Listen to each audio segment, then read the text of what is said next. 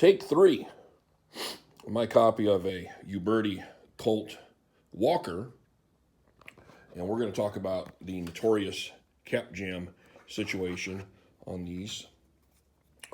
First off, these are Slick Springs Slick Shot nipples.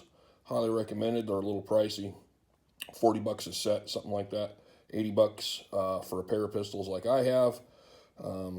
Another quick note is I see people drilling and installing a post here to help pull the cap off the face of the hammer, and then they notch the hammer out larger so that it clears the post in here, and it's to keep the cap on the nipple and keep it off of the hammer. Well, if you just simply addressed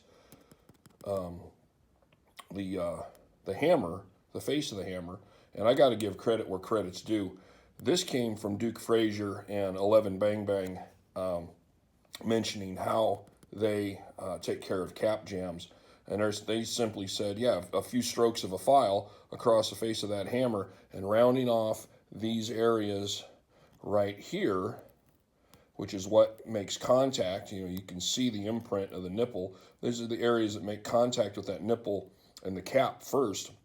And if these areas are not deburred and have any kind of a sharp edge on them, well, and the fact is this is casting, so there's a texture on here that has a tendency to grip that that cap and pull it right off the nipple. Well, if you polish this area and take care of that, deburr this surface, deburr this, follow this around, you know, flatten this whole face off and give it a good, it doesn't have to be a polish, but, you know, a fine file finish works.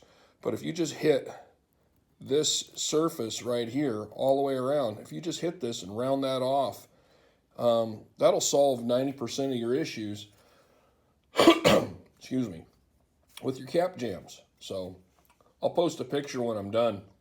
I'm trying to keep it short. I'm usually pretty long-winded on this stuff, so we'll try and do a short format. So appreciate you. Thank you. Subscribers count's coming up. We're approaching 500, so thank you guys. Appreciate it.